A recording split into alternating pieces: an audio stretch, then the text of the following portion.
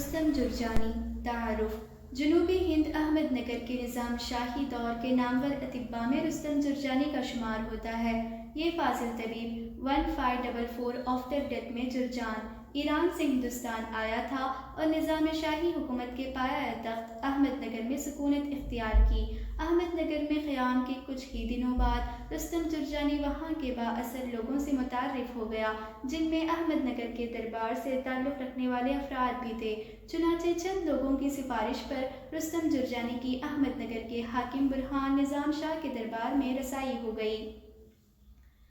دربار سے وابستہ ہونے کے بعد مختصر وقت میں ہی بادشاہ رستم جرجانی کی لیاقت اور غیر معمولی صلاحیت سے مرعوب ہو گیا اور رستم کو اپنا طبیب خاص مقرر کر لیا۔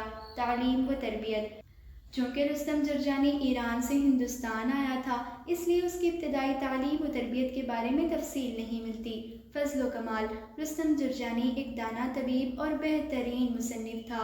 اس کے علاج و معالجے سے متعلق تو زیادہ حوالے نہیں ملتے، لیکن اتنا ضرور ملتا ہے کہ بادشاہ نظام شاہ نے رستم جرجانی سے کچھ فنی سوالات کیے تھے اور جوابات سے خوش ہو کر اس نے رستم کو اپنا طبیب خاص مقرر کیا تھا۔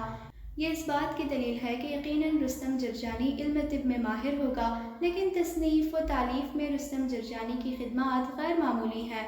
رستم جرجانی بحیثیت مصنف طبی تصنیف و تالیف میں رستم جرجانی کا نام اہمیت کا حامل ہے۔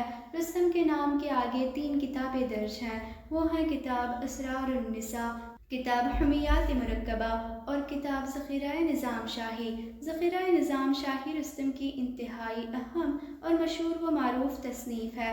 دراصل یہی وہ کتاب ہے کہ جس کی بدولت رستم جرجانی کا نام تاریخ طب میں آج تک زندہ ہے۔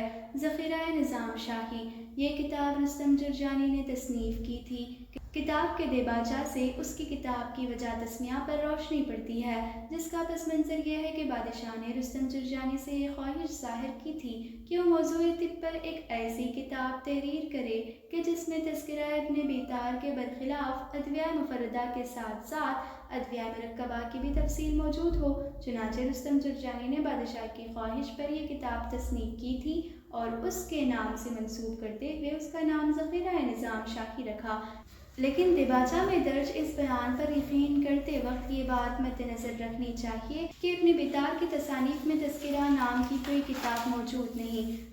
بہرحال یہ کتاب 2 جلدوں پر مشتمل ہے، جس میں 20 ابواب ہیں۔ اس کتاب میں باعتبار امراض دواؤں کا ذکر ہے، چنانچہ باب اول تا 14ویں باب تک ایک ایسی دواؤں کا بیان ہے جو سر سے لے کر پیر تک لاحق ہونے والے عام امراض میں مستعمل ہے۔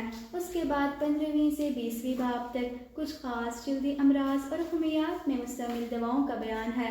اس کے علاوہ حسن و خوبصورتی کو بڑھانے والی ادویہ سے متعلق بھی معلومات موجود ہیں۔ کتاب سے متعلق اہم بات یہ ہے کہ اس میں تریاقی ادویہ پر خاص طور سے زور دیا گیا ہے۔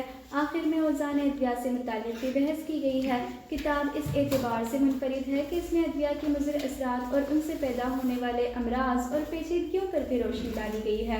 رستم جرجانی کی اس تصنیف کا ایک نادر نسخہ سالار جنگ لائبریری حیدرآباد میں محفوظ ہے۔